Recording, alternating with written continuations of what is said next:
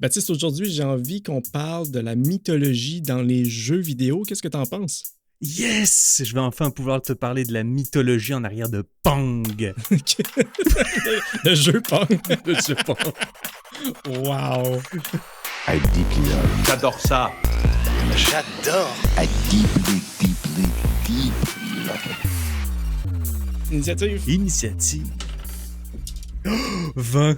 Oh my God. 20! No joke. Je te jure. Je te jure. Qu'est-ce qui se passe dans ce temps-là, Baptiste?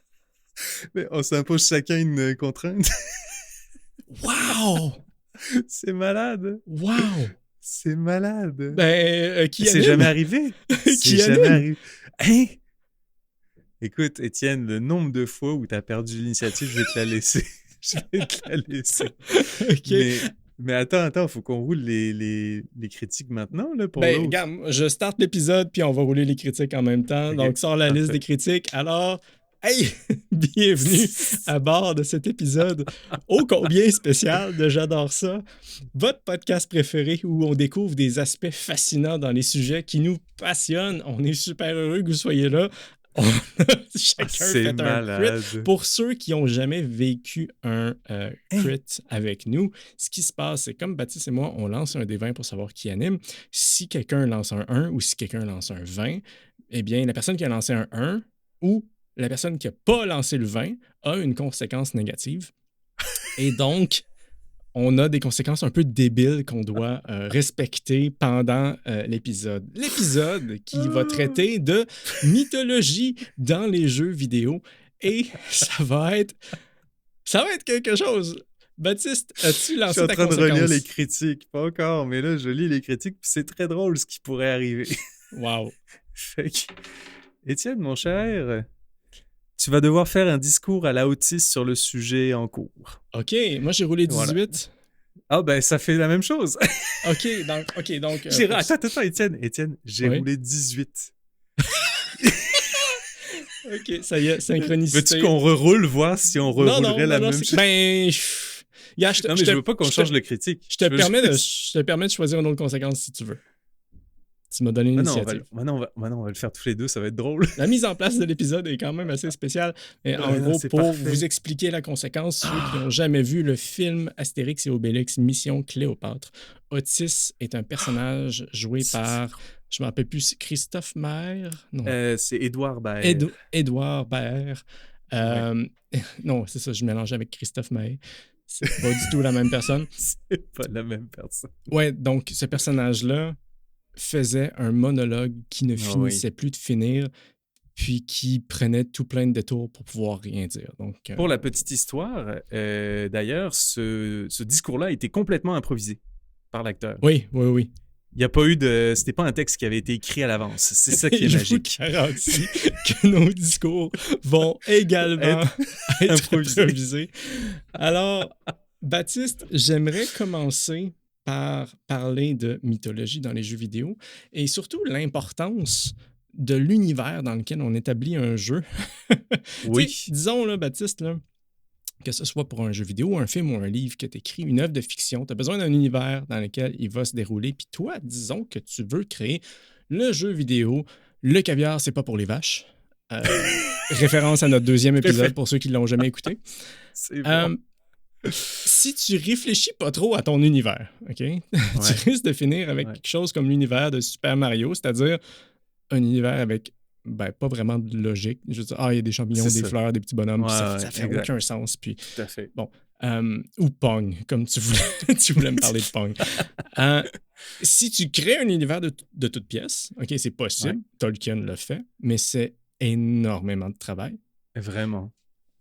Puis si tu décides d'établir ton jeu dans l'univers d'une franchise connue, disons Star Wars, tu as un univers beaucoup plus riche et étoffé, mais, OK, on va être honnête, tu as plus de chances de déplaire aux fans hardcore que de leur plaire avec ton jeu. C'est Surtout sûr. Star Wars, Marvel et compagnie. Bon. Donc, tu as une autre possibilité, c'est laisser tomber tout le travail de world building puis d'univers et te baser sur une mythologie. Ben oui. qui a déjà beaucoup de narratifs très complexes. Dont Exactement. tu peux te servir dans tous les sens. Oui. C'est impressionnant ce que j'ai découvert pour vrai. Je m'attendais pas à ça. Fait que je suis vraiment content de ça. On a quand Ouais. même frôlé le sujet quelques fois, puis à chaque fois, je Ouais. me disais, il y a tellement des petites perles Il est temps. là-dedans. Il Puis est tu sais, temps. on s'entend que les mythologies, ça s'est développé au fil de centaines d'années. Ben oui. Ils ont eu le temps de devenir des univers vraiment complexes. C'est drôle, je me suis dit, est-ce qu'à un moment donné, dans mettons, la Grèce antique, il y a du monde à partir d'un certain temps qui ont dit « Hey, là, tout ce qu'on avait dit jusqu'à maintenant, c'est canon. » C'est Un peu, c'est genre, on va passer à une autre ère de la mythologie. un peu, parce que des fois, il y a des choses qui se contredisent, puis il y a des choses qui font Vraiment. aucun sens. Puis là, tu peux Vraiment. décider, ouais, mais ça, là, je m'en fous. Écoute, Moi, ça, je vais raconter une histoire par rapport C'est ça. à tous ces dieux-là, mais je vais omettre tel truc. Puis tu sais, Ouais, c'est un peu ce exactement. qui se passe avec les jeux vidéo aussi. Tu prends Ouais. une base qui est la mythologie, qui a vraiment des personnages établis, puis tu en utilises certains pour conter l'histoire que toi, tu veux raconter. Tout à fait. Tout à fait. Puis moi, j'ai trouvé ça impressionnant aussi de voir que les créateurs de jeux vidéo, des fois, ils vont faire référence, mettons, à un personnage en particulier. Puis ça, j'ai hâte de vous en parler dans le premier jeu dont je vais vous parler. Mais ils font référence à un personnage en particulier à cause de son nom, qui est très précis, qui est connu dans la mythologie, mettons. Mais en réalité, quand tu analyses, ils font aussi référence à peut-être un autre dieu, mettons. Fait que ça, je trouve ça intéressant. Ils viennent blender des histoires de la mythologie pour essayer de créer leur univers qui respecte pas parfaitement la mythologie, mais c'est pas grave. Mais c'est souvent montre- comme ça que les mythologies sont créées de toute façon. Oui. Il y a de l'inspiration C'est de ce que- d'autres c'est ce que peuples, et de j'allais d'autres dire. histoires, de d'autres C'est sûr légendes. que oui. C'est sûr Ouais. que oui. Puis, parenthèse, parce que c'est quand même drôle, on peut considérer que des franchises comme tu sais, Star Wars, Marvel, Harry Potter, Lord of the Rings, Ouais. si les récits perdurent dans le temps, ça pourrait finir par être classifié comme des mythes anciens. Puis juste, j'ai eu cette c'est pensée-là, vrai, puis je trouvais c'est ça vrai. vraiment fascinant que, ben tu sais, Lord of the Rings, c'est sûr que oui. là. Tu sais, déjà, ça a un C'est statut vrai. qui a inspiré tellement de choses, C'est dont vrai. Donjons Dragons, dont les livres que je suis en train de lire, dont je vous avais parlé l'autre fois. Bref, Ah, c'est vraiment un cool intéressant, ouais. sujet.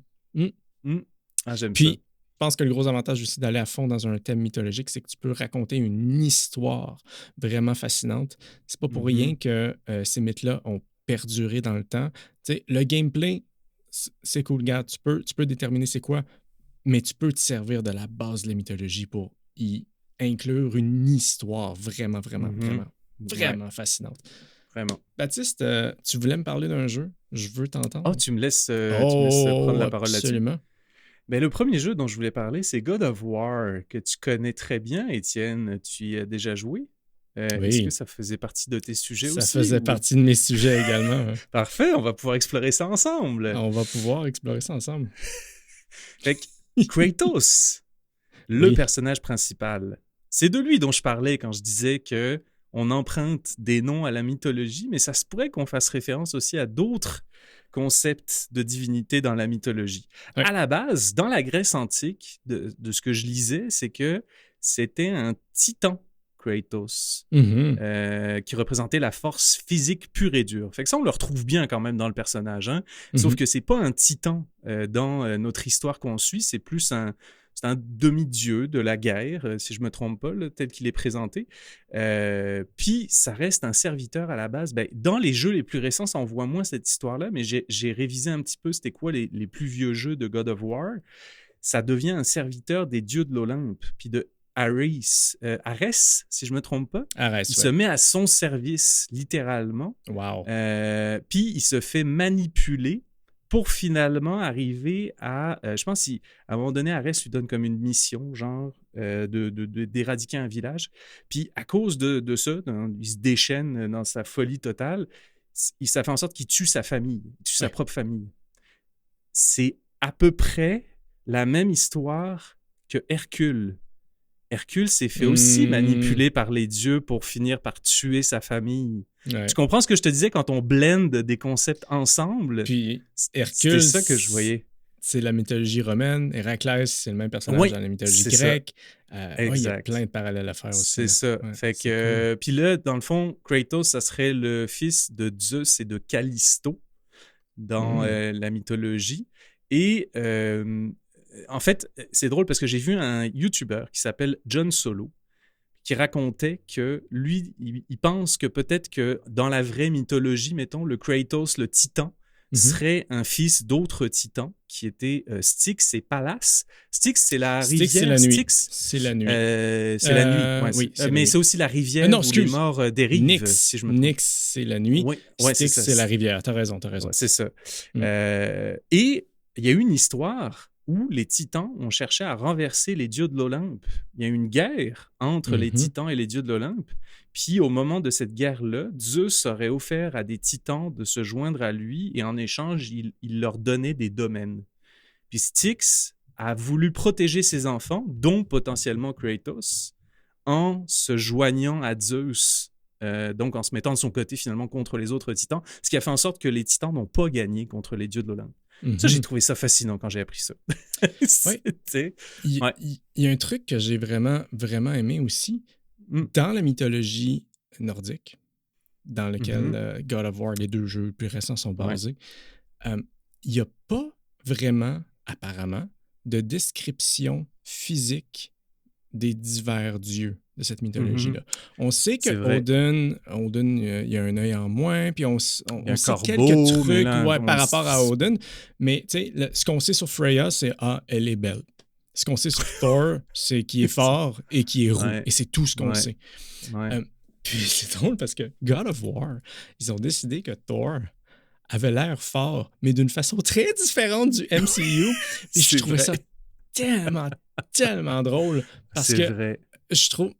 J'aime pas la façon dont sont imagés les super-héros dans le MCU. Je trouve que c'est débile. Je trouve que ça donne un standard de la masculinité qui est difficile à atteindre sans stéroïdes, on s'entend.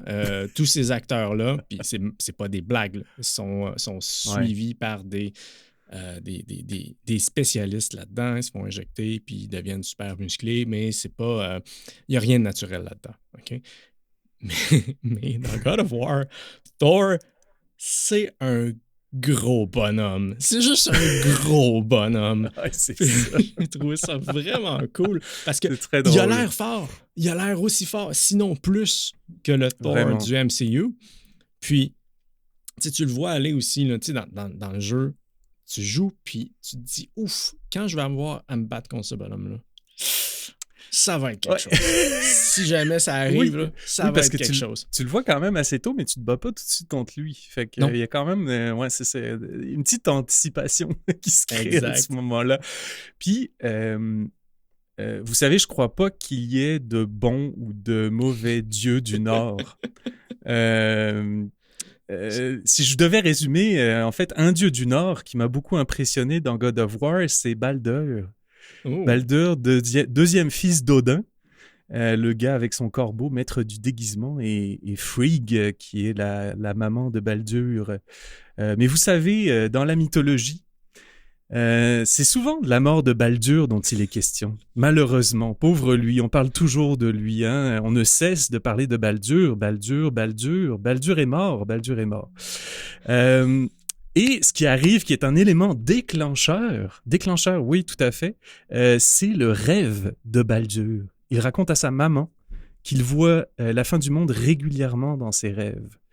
Et sa mère, Frigg, pour le protéger, va faire jurer à tous les êtres vivants et les plantes de ne jamais faire de mal à ce Baldur, sauf Ogi, qu'elle juge comme une plante trop jeune et inoffensive. Bon, maintenant, je vais sortir de mon autisme. Est-ce que vous saviez... Mais ça, c'est malade. Parce que Baldur, pour vrai, il y a de quoi de... Après ça, la fameuse mort, en fait, qui a lieu, c'est Loki qui le tue, Baldur. Il apprend que la seule plante qui a pas fait la promesse de pas faire de mal à Baldur, c'est le gui. Il fait un dard en gui.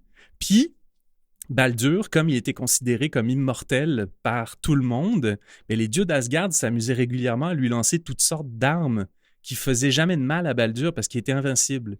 Puis Loki s'est approché du frère jumeau de Baldur qui est aveugle, puis qui lui tend le dard et lui dit « Hey, vas-y, toi aussi, tu sais, amuse-toi comme les autres dieux. » Fait que le frère jumeau de Baldur le tue.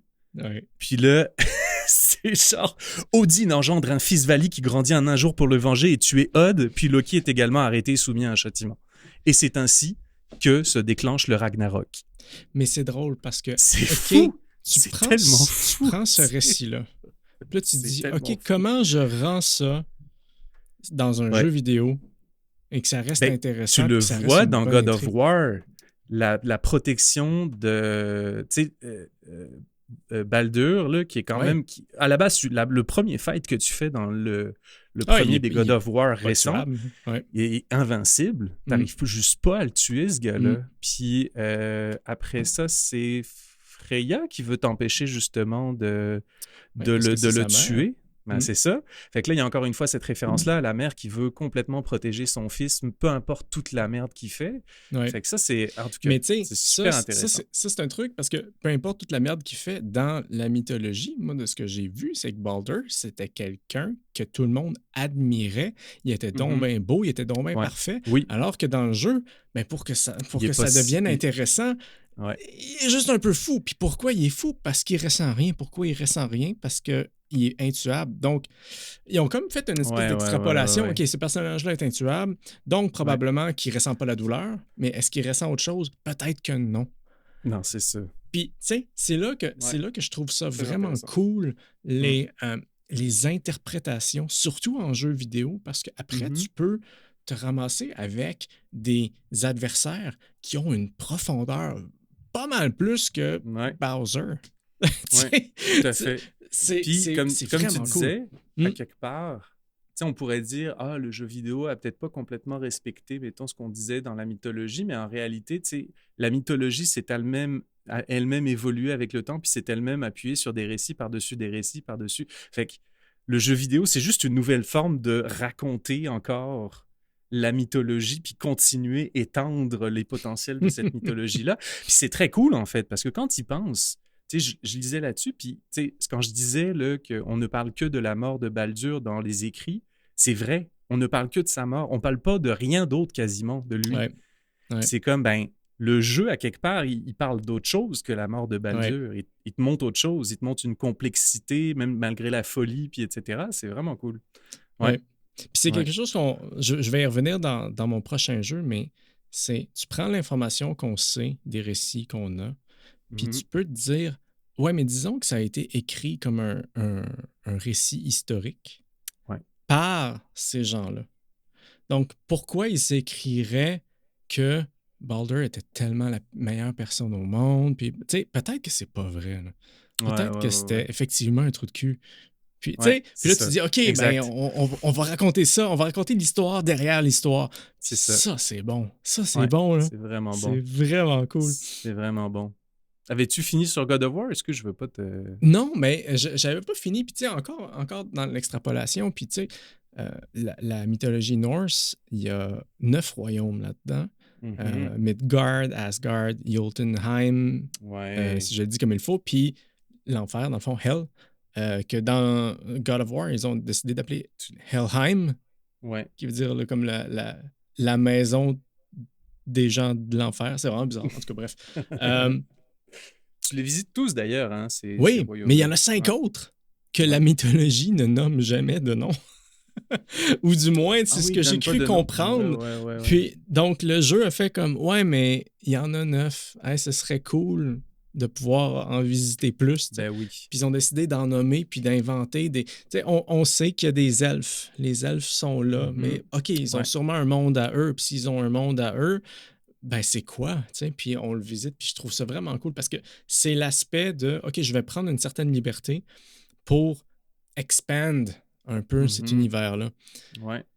Puis, je pense que c'est quelque chose qu'on ne peut pas faire tant que ça avec une franchise populaire. Tu sais, Star Wars, Marvel, tu peux pas tant prendre de liberté puis dire « Ah, je vais inventer des trucs super importants. Je vais réinterpréter l'histoire de Luke Skywalker. » Non, tu peux pas faire ça. Tout le monde va te détester. Alors que là, il y a une certaine liberté. Puis tu peux jouer là-dedans. C'est l'aspect jeu vidéo que je trouve vraiment intéressant aussi là-dedans. C'est drôle, je viens de me rappeler que en regardant une vidéo d'un ancien God of War, j'ai comme compris un peu d'où venaient, tu sais, les lames au bout des chaînes avec le feu. Oui, Là. oui. C'est quand il a fait son pacte avec Arès. Hmm. C'est à ce moment-là que les chaînes dans le jeu, tu le vois, il fait son pacte, il dit tu sais, je te donne ma vie puis je vais te servir, genre. C'est là que les chaînes s'enroulent autour de son bras puis se mettent à À le devenir brûler. rougeoyantes. Ouais, Là. ouais, ouais. Là, je suis comme, ah, ok, c'est ça la ref. J'avais jamais catché. En fait, je savais pas avant de faire cette recherche-là que c'était Arès qui était en arrière de ce pacte-là, là. Mais c'est très intéressant. Ouais. Ben, un truc vraiment cool aussi par rapport à God of War, c'est que, comme tu as dit, c'est de la mythologie grecque et c'est de la mythologie nordique. Nordique. Ouais, les deux. Et donc, Tout à fait. tu sais, il peut avoir un dieu de la guerre Tout à norse fait. et un dieu de la guerre grec. Puis la façon dont ils ont construit cet univers-là, c'est que Mhm. chaque mythologie est responsable d'un territoire. Tout à fait. Puis, apparemment, fait. j'ai pas joué aux jeux originaux, mais apparemment, à la fin, spoilers, Kratos, il détruit le soleil, Helios est mort, puis la Grèce est inondée au complet. Et donc, il n'est plus supposé avoir de soleil, il est plus supposé... Ouais, c'est ça. Puis là, il se pointe en Norvège, puis là, pas de trouble, le soleil est là, il n'y a pas de problème. Non, mais c'est parce que c'est pas la même... C'est pas la même mythologie. ouais. Mais ça veut dire que la conséquence de ça, c'est que ça réduit l'importance des dieux de chaque mythologie. Mhm. Tu sais, comme j'ai dit, qui contrôle les éclairs? Est-ce que c'est Thor? Est-ce que c'est Zeus? Bah, il y a probablement aussi d'autres Puis, tu sais, mythologies. rendu là, c'est ça, c'est comme plusieurs noms pour finalement un même concept, un même dieu, là, tu sais, fait Mhm. que, tu sais, il y a Puis- tout ça, puis, ouais, vas-y. Ben, les dieux sont comme rabaissés à cause de ça. Ouais, Tu sais, c'est tout à plus fait. comme T'as raison. la personne toute puissante, la seule qui contrôle Non, le il y en a tonnerre. plusieurs. Non, il y en a Ouais. plusieurs. Donc, Ouais. sont pas au même niveau que les humains, mais sont à un niveau qui est beaucoup moins unique. Puis dans God of War Ragnarok, la motivation d'Odin, c'est éviter sa mort et comprendre Ouais. les secrets de la création. Parce qu'il ne sait pas ce qui se passe. Tu sais, il dit, les humains meurent, eux, il y a la possibilité de Valhalla, puis il y a la possibilité de Helheim, puis... tu sais, mais moi, je meurs, j'ai aucune idée de ce qui se passe. Puis c'est drôle Mhm. parce que la façon dont ils ont personnifié les dieux dans God of War s'approche beaucoup plus des humains Ouais, tout à fait. Tout à fait. qu'autre chose. Je trouve ça C'est vrai. je trouve que c'est tellement magnifique, puis je trouve que ça aide encore plus à obtenir une histoire qui est vraiment touchante. Le fait de rabaisser un peu le niveau divin des divinités, C'est je trouve ça super. C'est vrai que un autre truc que j'avais appris aussi, c'est que en faisant la recherche là-dessus, il disait que dans la mythologie, mettons, grecque versus la mythologie nordique, dans la mythologie nordique, un dieu n'égale pas forcément un domaine. C'est beaucoup plus fluide. Là. Il n'y a pas de... Odin, il n'y a pas un domaine à lui. Là. C'est pas si clair que ça. C'est pas si démarqué que ça. Ça, je trouvais ça cool. C'est comme, puis peut-être même que ça va un petit peu avec ce que tu dis. On décrit pas tant la forme physique. Ça laisse beaucoup place à l'interprétation de voir les divinités dans des trucs de tous les jours, quasiment. C'est très... ouais. En tout cas, bref, je trouvais ça super intéressant. C'est très cool. J'ai repensé à Assassin's Creed Odyssey. Ooh. C'est drôle parce que je regardais aussi j'ai commencé par rechercher sur God of War. Puis après ça, je suis tombé dans Assassin's Creed Odyssey. Puis là, je me suis dit, voyons, il y a tellement des liens entre la prémisse de God of War puis la prémisse de Odyssey. Parce que, God of War, ça s'appuie sur Sparte. Mm-hmm. C'est le Ghost of Sparta, Kratos à la base. Puis Alexios et Cassandra, qui sont les deux personnages que tu peux jouer dans Assassin's Creed Odyssey, sont les descendants de Léonidas. Tu as le bout de spear de Léonidas qui te sert comme d'une arme quasiment divine là, pour faire des coups de fou. Fait que, tu sais, ce que je voulais dire par rapport à ça, c'est d'ailleurs le messager qui est envoyé par Xerxès, le chef... le chef des Perses. Le chef des Perses, merci. Aux Spartiates, lui, j'ai appris en regardant un peu sur des éléments justement en lien avec Assassin's Creed Odyssey, parce que là, j'étais sur Léonidas puis Sparte. Il y a vraiment des écrits qui parlent qu'il aurait réellement été jeté dans un puits par les Spartiates. Mm-hmm.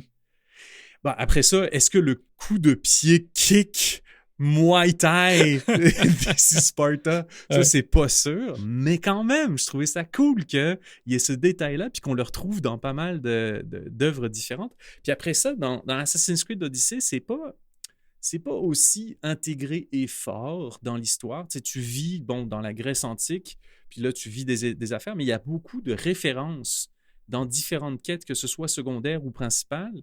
Par exemple, tu peux aller sur l'île de Crète, tu peux aller combattre le Minotaure, qui est évidemment une figure très connue de la mythologie. Mais il semblerait que le mythe du Minotaure en Crète, ça viendrait en réalité d'une race de vaches et de bœufs qui était très grosse et qui vivait sur cette île-là. Wow. Ça, j'ai trouvé ça malade. Je me suis dit, hey, comment tu ancres un mythe sur une très grosse vache? C'est ça que ça donne, le Minotaure. C'est tellement drôle. C'est tellement drôle. Il y a une autre créature importante que tu dois combattre à un moment donné, c'est un sanglier géant. Puis encore une fois, ça, c'était l'une des épreuves de Hercule de tuer un sanglier envoyé par Artémis pour détruire des récoltes. OK. Fait qu'il y avait une référence à cet endroit-là sur cette affaire-là. Tu combats aussi, par exemple, Méduse. Est-ce qu'ils l'ont nommé Hercule ou Héraclès? Non, Non. Ce que je veux dire, c'est que la référence à Hercule, c'est que quand tu joues Cassandra ou Alexios, à un moment donné, tu rencontres un sanglier géant qu'il faut combattre pour t'en débarrasser. Puis je pense que c'est une référence à l'épreuve d'Hercule. C'est ça que je voulais dire. D'accord. Le combat avec Méduse aussi. Okay. Donc, à la base, une très jolie femme qui a été transformée par Athéna. Elle a des mains de bronze, des ailes d'or, des cheveux en serpent. Ça, on le connaît quand même assez bien. Puis la pétrification, si tu crois son regard. Ouais. Dans la mythologie, c'est Persée qui est envoyé la tuer et qui utilise un miroir pour s'approcher d'elle et la décapiter. Puis c'est au moment de mourir, d'ailleurs, que l'un de ses enfants, Pégase, naît. Ouais. Pour vrai, je faisais des recherches, puis je trouvais des détails, puis j'étais comme, mais voyons, tout ça est tellement intéressant. C'est ça que je disais, Étienne, ça donne juste envie de lire sur la mythologie. C'est très intéressant, tout ça. C'est vraiment intéressant. Puis bon, il y avait aussi le Cyclope que tu peux combattre dans Assassin's Creed Odyssey. Puis, un dernier truc que je voulais mentionner, savais-tu que il y a des scientifiques qui semblent persuadés que la vision qu'on a des statues sculptées est toute blanche grise là, avec des yeux, les statues grecques. Ouais. Tu sais, des yeux vides, tout est gris, etc. C'est pas les versions originales. Il y avait énormément de peintures et de couleurs sur ces statues-là. Oui. Puis ça, je suis comme, OK, nous, on a cette vision-là d'imaginer toutes ces statues très blanches, très grises, etc. Mais c'était pas du tout ça, le portrait qu'ils avaient, eux autres, les Grecs, dans la Grèce antique. Là. Ça, je trouvais ça cool. C'était moins mythologie, mais c'était plus quand même... tu pourrais parler des statues des dieux, mais bref, c'est ça. Non, mais ça super intéressant. Pense-y, là. Imagine t'as passé comme, je sais pas combien d'heures à sculpter ta statue. Elle est parfaite. Ouais. Puis là, quelqu'un arrive et dirait comme hey, on pourrait la faire en couleur en plus. Est-ce que ça te dit? Tu fais non. Mais non, c'est sûr que tu vas dire oui. C'est sûr que tu vas dire oui. Non, je la garde blanche. Je sais pas pourquoi, tout le monde est blanc. C'est cool. Mais c'est cool quand même que tu puisses aller combattre le gros sanglier. Puis, vraiment. Tu trouves plein de références à tout ça. C'est fascinant. Là. Ça... Après, tu vis le mythe. C'est vraiment cool. Exactement. C'est quelque chose que, je m'excuse, mais tu peux pas avoir au cinéma. Non, c'est vrai. C'est pas pareil, non. là. C'est pas pareil. Tu sais que quand t'arrives au cinéma, on va aller voir l'Odyssée de Christopher Nolan. Puis là, on va aller voir, à un moment donné, il va aller voir un cyclope ou peu importe quoi, puis on sait ce qui va se passer. Hey, on est juste 40 minutes dans le film. C'est un film de Nolan. C'est sûr, ça dure 3h20. Ça va pas se terminer là. Donc, on sait qu'il va le battre. Alors que tu arrives dans un jeu vidéo, puis tu arrives à un cyclope, puis tu dis comme « Oh, je sais pas si je vais être capable de le battre. Je sais pas de quoi ça va avoir l'air. J'ai un peu peur. Qu'est-ce que je fais avec ça? » Tu sais, il y a quelque chose de plus avec ça. C'est vrai que tu le vis, puis à la limite, tu racontes un peu l'histoire à ta façon, là, parce que le combat, c'est toi qui le fais, puis etc. Ouais, c'est vrai que... Si tu connais déjà le mythe, c'est comme si, tu sais, pas à ce point-là, mais c'est comme si, mettons, toi, Baptiste, t'es quelqu'un de la Grèce antique, mais là, tu croises le Minotaure, puis tu fais « Oh, je suis mort. Je survivrai pas à ça. » Non, tu croises une très grosse vache. Une très grosse vache. Fait que c'était ça que je voulais dire à propos d'Assassin's Creed Odyssey. Bon, ben, je vais parler de mon jeu. Là, Vas-y. tu vas voir, je vais essayer de faire une minute, puis je vais prendre l'accent français parce que sinon, ça fait pas autiste. Je sais que toi, probablement il y a des auditeurs qui se sont pas rendus compte que tu as fait déjà ta minute autiste. Ah oui, c'est ça, je l'ai dit parce- sans l'annoncer. Je l'ai fait sans Exact. l'annoncer. Mais bref, je crois pas qu'il y ait de bonne ou de mauvaise mythologie. Je dirais, si je devais résumer ma vie avec vous aujourd'hui, je dirais que c'est au secondaire que j'ai commencé des cours de latin et des cours de culture classique, où j'ai commencé à, bon, j'ai dû apprendre le nom des dieux gréco-romains, et j'ai appris des histoires, et je dis merci à mes profs, je leur dis merci, moi je chante la vie, je danse la vie, j'adore les mythologies, mais je n'ai jamais vraiment trouvé je dirais, les mythologies si intéressantes. Mais ce n'est pas mon cas aujourd'hui, comme je disais là, parce qu'aujourd'hui, j'ai pu essayer des jeux vidéo, j'ai pu essayer des jeux comme Hades, qui m'ont fait vraiment triper et qui m'ont donné le goût aujourd'hui de vous parler de mythologie dans un podcast, mais qui sait, demain, peut-être me mettre au service de la communauté, à faire le don de soi. Je veux dire qu'Étienne, ta prestation était quand même plus on point que la mienne sur la réutilisation J'ai pas. d'expressions. C'est que de mémoire, c'est bien ça le pire. Ah, c'est J'ai pas le malade. texte devant moi. Ah. Donc, oui, Hades. Hades qui m'a Mhm. vraiment fait triper sur la Qui était mythologie très. grecque. Quand je faisais de la recherche sur mythologie jeux vidéo, il ressortait très souvent. Évidemment. Hades, pour ceux qui ne connaissent pas, c'est un roguelite où tu dois vaincre des ennemis de plus en plus forts pour atteindre le boss final et le vaincre. Bon, c'est assez simple, puis il y a un système de progression pour devenir plus fort, mais sans la mythologie grecque, ça pourrait quand même très bien fonctionner en tant que jeu. Mhm. Puis, en fait, il n'y a rien du gameplay qui serait différent. Mais la grosse force d'Hades, c'est vraiment l'histoire. Puis, le truc qui est vraiment cool là-dedans, tu joues un personnage qui s'appelle Zagreus. Il tente de s'échapper des enfers pour retrouver sa mère. Puis là, Zagreus a pensé toute sa vie que sa mère, c'était Nyx, la déesse primordiale de la nuit. Mais c'est De la faux. nuit. Sa mère, c'est Perséphone. Puis il veut aller dans le royaume des vivants pour la retrouver. Puis là, les dieux de l'Olympe s'en mêlent et aident Zagreus, principalement parce que ça les amuse.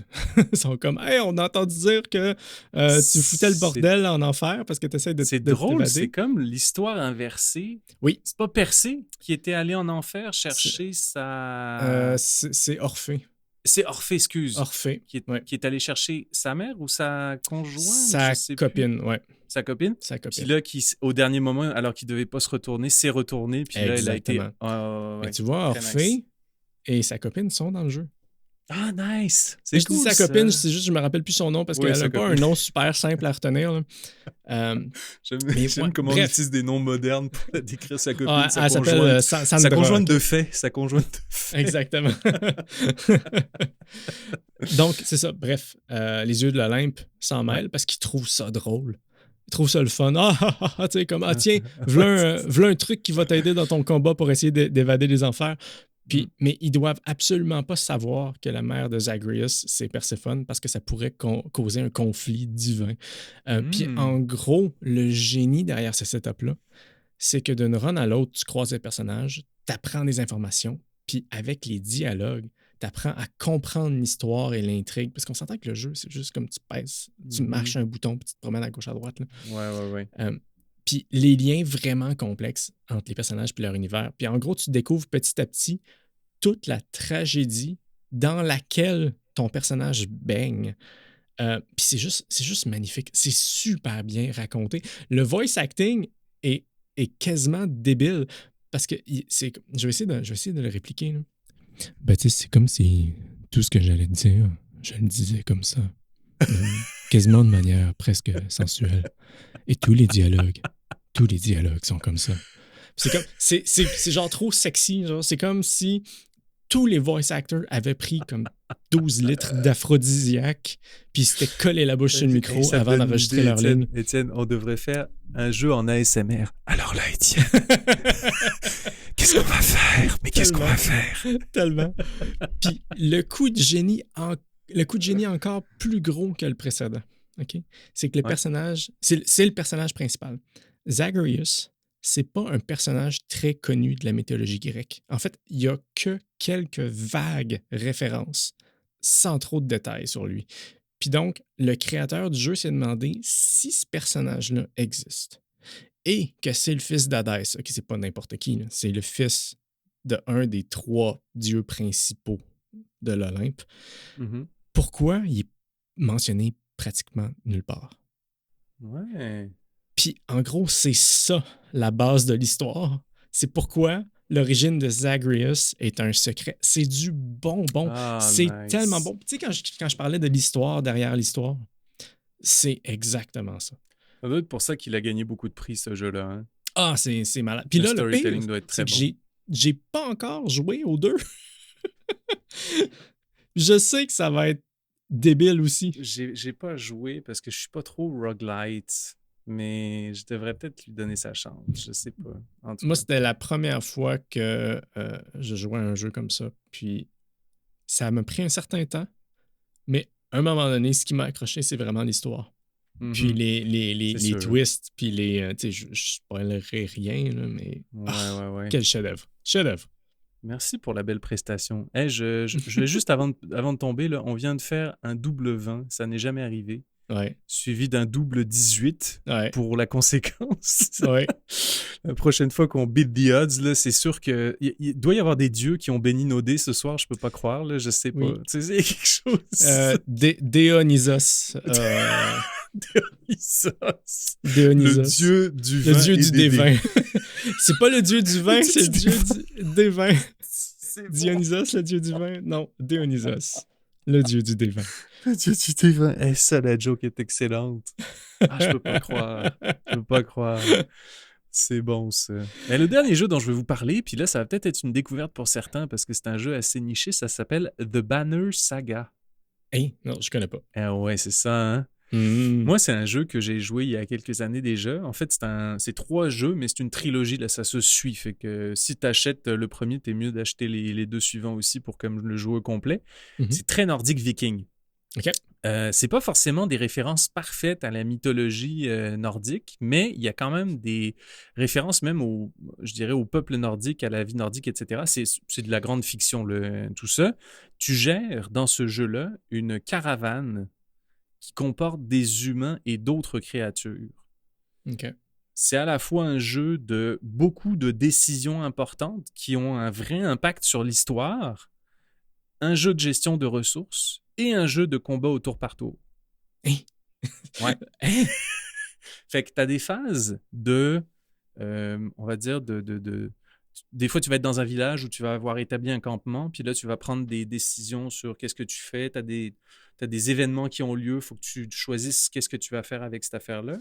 Après ça, tu as des phases de déplacement. Pendant que tu te déplaces, ça consomme des ressources. Après ça, il faut que tu prennes des décisions pour gérer tes ressources, pour être capable de faire avancer ta caravane puis pas perdre du monde. Mhm. Puis, quand tu rencontres des ennemis, tu tombes en mode combat tour par tour. Bon, évidemment, c'est pas toute ta caravane qui se bat, c'est juste des guerriers que tu as sélectionnés.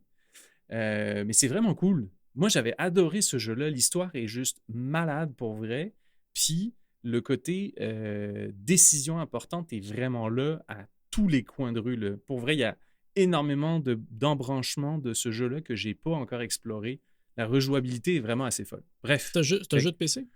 C'est un jeu de PC. Peut-être qu'il est disponible ailleurs aussi, je sais pas. Mais c'est ça, ça a été fait par des anciens de BioGames qui ont créé leur propre studio, Stoic Games. OK. Il y a littéralement, leur logo, c'est littéralement un drakkar. Fait que, tu sais, ils étaient déjà très en mode viking en partant. Il y a 4 races que tu croises dans ce monde-là. Il y a les hommes, il y a les varls, qui sont des sortes de géants avec des cornes et des grandes barbes, qui sont peu nombreux, mais très puissants. OK. Il y a des dredges, qui sont un peu des genres de bébites très grises, on dirait quasiment qui sont faits un peu de roche et d'armure. Puis ils essayent d'envahir les terres que tu parcours.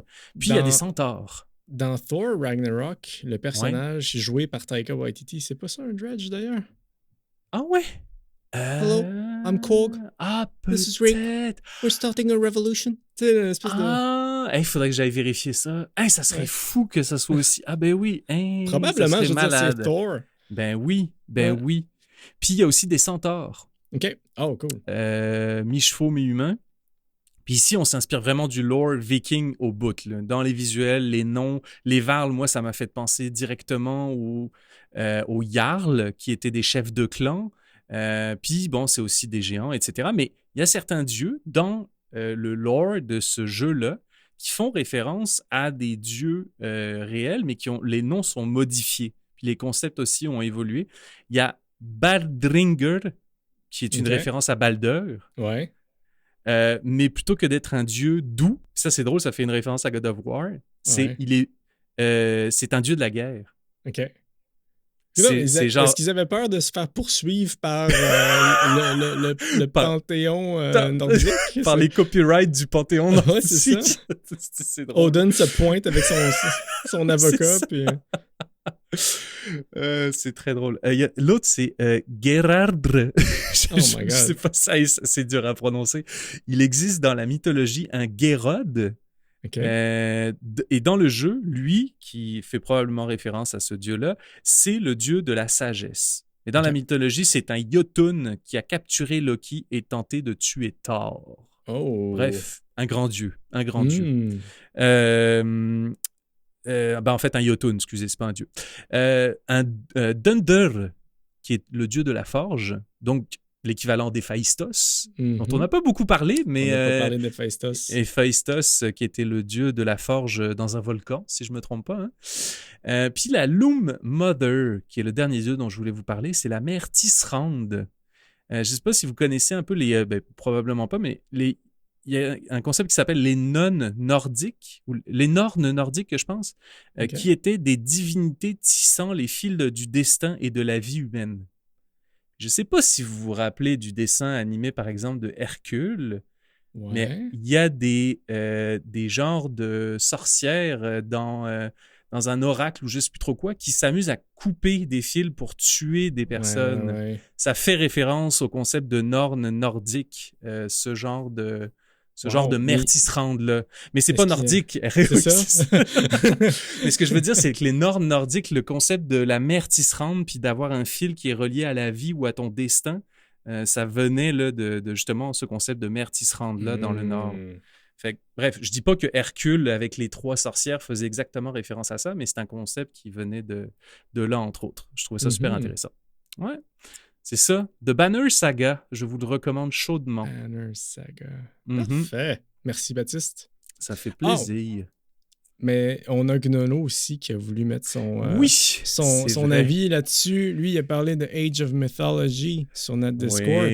Gnolo, Age of Mythology, j'ai pas eu la chance de jouer. Je pense que c'est comme Age of Empire, mais dans l'univers mythologique. Exactement. J'ai pas tant joué. J'ai dû jouer 1 ou 2 parties ever, puis je me rappelle pas tant, ça fait très très très longtemps. Puis c'était même pas moi qui étais propriétaire du jeu, fait que je devais jouer sur l'ordinateur de quelqu'un d'autre. Mais oui, très proche du concept de Age of Empires, mais avec beaucoup de mythologie au travers. Beaucoup plus en fait que dans Age of Empires. Ouais. Il mentionne également Total War, Warhammer. Il dit plus subtil, mais plein de références. Il y a des références mythologiques dans Warhammer? Je suis pas au courant. Probablement. Gnolo, The Norse, vous pouvez probablement mais c'est sûr que ce que je peux me rappeler de Warhammer, c'est que que ce soit dans les Warhammer 40 000 ou Warhammer standard, il y a des systèmes de divinité, évidemment. Fait que, probablement qu'on retrouverait dans les systèmes de divinité des références à la mythologie, mais j'ai jamais exploré ça ou ça fait trop longtemps que j'ai pas joué au Warhammer. J'avais une armée dans le temps de Warhammer. Une vraie. Peinte pis toute. Ouais. On s'en reparlera une autre fois. Parfait, j'aime ça. Les dieux. La mission principale de l'épisode est terminée. On a fini de parler de mythologie. C'est du passé. Maintenant, on vous invite à chiller avec nous dans le Spatioport Warhammer, peu importe, le Spatioport VIP. Restez avec nous. On va parler de choses qu'on a découvertes dans le dernier mois. Ça pourrait être un film, une série, un jeu vidéo, un board game, plein de sujets qu'on aime. Baptiste, commence. Ouais, moi, je vais vous parler de 007 First Light. Oui, très bon jeu, très, très bon jeu, je dois dire. J'ai pas fini. C'est en cours, ça avance très bien. Donc, dans 007 First Light, vous jouez, vous incarnez James Bond, mais vous commencez vraiment à ses tout débuts, quand il n'est qu'un soldat. Je pensais que tu allais dire un bambin. Un bambin, oui, c'est ça. Tu joues les premiers pas de James Bond. Il faut que tu mettes les faut bons... que tu fasses 10 pas vers l'avant et que tu pivotes de 90 degrés soudainement, puis là, tu tires ton biberon. Faut que tu fasses les bons quick time events pour faire tes premiers pas, sinon t'échoues puis tu recommences. C'est pas mon genre de jeu, Baptiste. Non, mais c'est très bon. Il y a une première mission où tu es vraiment un soldat, je pense, de la marine, là, un Marines, en fait, là, qui se fait dropper à un endroit sur un site où ils doivent aller de voir de quoi. Puis, il arrive de quoi à ton unité, ça se passe vraiment pas comme prévu. Finalement, tu découvres que il y avait une mission en arrière du MI6, puis là, tu rentres en contact d'ailleurs avec ton contact principal tout au long sur le terrain, dans ton oreillette, c'est Moneypenny. Oh! Ouais, puis j'ai vraiment aimé ça. J'étais comme, c'est le fun que dans le jeu, ils essayaient d'en faire autre chose que la secrétaire que James Bond croise dans le bureau tout le temps. Genre pendant juste 2 minutes, puis je suis tellement d'accord que je trouve tellement que ça pourrait être un personnage intéressant. Vous avez l'opportunité de « Ah non, on fera rien avec ». Évidemment que ça a du sens que ça soit elle, l'agent plus de liaison avec les agents, tu sais. Ouais. Fait que je suis comme, ben, c'est brillant. Je trouve ça brillant d'avoir fait ça comme ça. Puis, ouais, à date, c'est une très belle histoire. Fait que, évidemment, donc, tu rencontres tous les grands, là. Tu rencontres Q, tu vas dans le... c'est drôle, tu vas dans le laboratoire de Q. Puis là, évidemment, il y a plein de petits... C'est pas des easter eggs, mais c'est des gens, tu peux t'amuser à appuyer sur un bouton alors qu'il y a des scientifiques qui te disent non, non, non, s'il vous plaît, appuyez pas là-dessus. Puis là, ça fait partir une moto en feu, genre. Ah non. C'est juste plein de trucs de même. C'est très drôle, très, très drôle. Puis c'est ça, c'est très... L'esprit est vraiment respecté. Puis là, au début, je pense que tu joues justement James Bond qui passe les tests pour devenir 007. Puis il y a tous les autres agents qui sont avec toi. Ah, c'est comme ton tutoriel, j'imagine? Ouais, c'est ça, exact. Okay, fait que là, au début, c'est ouais. ton tutoriel, puis ça finit par évoluer en histoire. Puis là, tu finis par avoir une première mission. Puis tu te rends compte qu'il y avait un vieil agent 009 qui a disparu, mais qui était un peu parti rogue du MI6. Là. Uh-huh. Fait qu'il y a une intrigue autour d'un ancien agent qui est 009. Puis là, j'avance là-dedans. Puis je dois dire qu'à date, le système de combat est vraiment cool. La difficulté est quand même bien dosée. Elle n'est pas trop... Tu sais, je joue toujours mes jeux en niveau normal, là, parce que je... parce que t'es normal, là. C'est ça. Parce que je suis normal, je suis standard. Exact, t'es très standard. Sauf ta grandeur, t'es très standard. Sauf ma grandeur. Mais c'est ça, j'aime vraiment ça. Puis il y a des moments où je pogne des murs, je me fais tuer un peu trop de fois, puis je suis comme, hey, je vais réessayer demain. Puis là, je réessaye, je finis par passer. Puis ouais, c'est vraiment, je trouve que c'est bien équilibré. C'est le fun à jouer, pour vrai. Très cool. J'ai hâte parce que moi, je me suis fait prêter. Je l'ai avec moi. Là, puis, mais j'ai pas commencé parce que je suis coincé dans un autre jeu. Ouais, c'est ça. J'en ai parlé sur le Discord. Je vais laisser ça pour le Discord, mais ouais. Ah, c'est ça. Fait que je recommande pour l'instant, mais j'ai hâte de continuer et de finir ce jeu-là. Écoute, j'ai croisé JP parce que c'était lui qui avait gagné notre concours Sounds Good. Je suis allé lui porter ses écouteurs, puis il m'avait justement dit qu'il fallait que je joue à ça, absolument, et que c'était un chef-d'œuvre aussi. Donc, on salue JP. Merci, Salut, capitaine JP. Et de mon côté, Baptiste, je veux te parler de quelque chose que j'ai découvert en fin de semaine. Ça fait un petit bout de temps que c'est sorti, mais je veux te parler d'une console de jeu qui s'appelle la Analog 3D. Ah, OK. En gros, c'est une Nintendo 64 moderne. Ça joue les cartouches de Nintendo 64, voyons donc. mais en 4K. Hein? Donc, ça va être tellement cool. Visuellement, ça a l'air de N64. Là. C'est mieux designé, puis avec tous les fils modernes en arrière, c'est magique. Ça fonctionne aussi bien avec les manettes originales qu'avec les manettes Bluetooth. Puis, il n'y a pas de lag. Il n'y a pas de glitch d'émulation. Il n'y a pas de problème de framerate. C'est vraiment comme tu mets ta cassette dedans, tu peux la jouer. Très nice. Tu peux même overclock la console pour avoir plus de frames par seconde, pour avoir une meilleure performance. Il y a des Ben options pour chaque jeu. Tu peux comme tweaker tes settings et tout. Ah, Il y a des filtres CRT pour que tu puisses avoir une image qui ressemble le plus possible à tes souvenirs d'enfance. C'est vraiment cool. Parce que je ne sais pas si tu as essayé de jouer à un jeu de N64 sans une télé CRT. C'est exécrable, c'est laid, c'est moche, c'est terrible. Ça prend ça. Il y a le Wi-Fi dessus aussi pour pouvoir mettre à jour le firmware, puis il y a un espace de carte SD. Ce qui me fait penser qu'il va peut-être finir par y avoir un moyen de charger des ROM là-dessus. Peut-être que quelqu'un va réussir à hacker la console. C'est sûr que oui. Mais c'est vraiment cool parce que tu as quand même les 4 ports de manette devant. Tu n'es pas obligé d'utiliser le Bluetooth. Puis, Est-ce qu'il y a Pokémon Stadium sur lequel tu peux plugger ta Game Boy puis envoyer tes Pokémon se battre dans l'arène? Hey, je sais pas à quel point cette cassette-là C'est fonctionnerait, mais j'ai rétrocompatible. l'impression que oui. Ah, ça, J'ai c'est l'impression cool. que ça fonctionnerait. Je pense que dans l'épisode sur les jeux de notre enfance, je parle de ceci si vous voulez aller l'écouter. Ben, on a notre épisode du multiplayer local aussi, puis on a parlé de GoldenEye, puis toi tu viens de parler de James Bond. Regarde, je fais un double segue. Écoute. J'ai joué à GoldenEye avec 3 autres personnes là-dessus. Ça, on avait des manettes Analog 3D. Analog 3D ont décidé qu'ils refaisaient la manette de N64. Donc, grosso modo, c'est une manette de Nintendo 64, mais pour un humain qui a 2 mains au lieu d'un humain qui a 3 mains. Je sais pas si tu te rappelles la forme originale d'une manette de 64, mais bref, c'est une manette qui a l'air complètement moderne. C'est 269 $ US. C'est pas donné. Non? Mais si vous avez une collection de cartouches dans votre sous-sol qui traîne puis que vous voulez y jouer, c'est ça vaut peut-être la peine quand même. Exactement, oui, de loin ça. le meilleur moyen. C'est sûr. Magnifique. C'est sûr. Forte recommandation. Très cool. Merci Étienne du partage.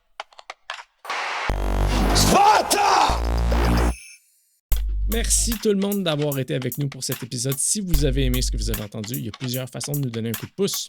D'abord, abonnez-vous pour ne rien manquer. C'est gratuit, puis ça nous permet de rester connectés. Vous pouvez aussi laisser 5 étoiles, un pouce en l'air, un petit commentaire, ça fait vraiment une différence. Même si c'est étoiles, si vous êtes capable. Hey, Oui. Si vous voulez aller un peu plus loin, on a une page Patreon. C'est une belle façon de soutenir le podcast tout en accédant à du contenu exclusif. Vous pouvez vous inscrire gratuitement puis avoir accès au Discord et à nos publications. Il y a aussi un abonnement payant de 2 $ par mois seulement. 2 $ par mois. Juste 2 $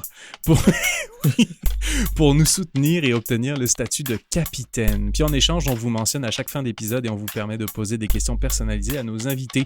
Nos capitaines ayant droit à leur mention. Jean-Philippe Matt, Hugo Chalifour, Antoine Talbot, Gars de Longueuil. Merci tellement de nous soutenir. Merci. Tous les détails sont sur j'adoresapodcast.com. Oui, sur le site aussi, vous allez trouver tous les liens pour nous écouter. Donc, vous êtes déjà en train de nous écouter. Probablement que vous les connaissez déjà. C'est ça. Et comme toujours, le meilleur moyen de nous faire découvrir, c'est d'en parler autour de vous. Rentrez dans une église à la Sagrada Familia. Dites, moi j'ai entendu parler de mythologie puis de divinité dans les jeux vidéo. Puis là, peut-être que les gens vont se détourner de la religion puis aller tous jouer pour en apprendre plus sur la mythologie. Qui sait? Je le sais pas. Essayez-le. Et si vous connaissez quelqu'un, surtout à qui cet épisode ferait plaisir, ben partagez-lui. Ouais, quelqu'un qui tripe sur God of War, qui tripe sur la mythologie. Let's go, ça. On est là. Hey, merci encore tous les astronautes d'être à l'écoute. Et on se retrouve très bientôt dans un prochain épisode. Bye. J'adore ça. J'adore.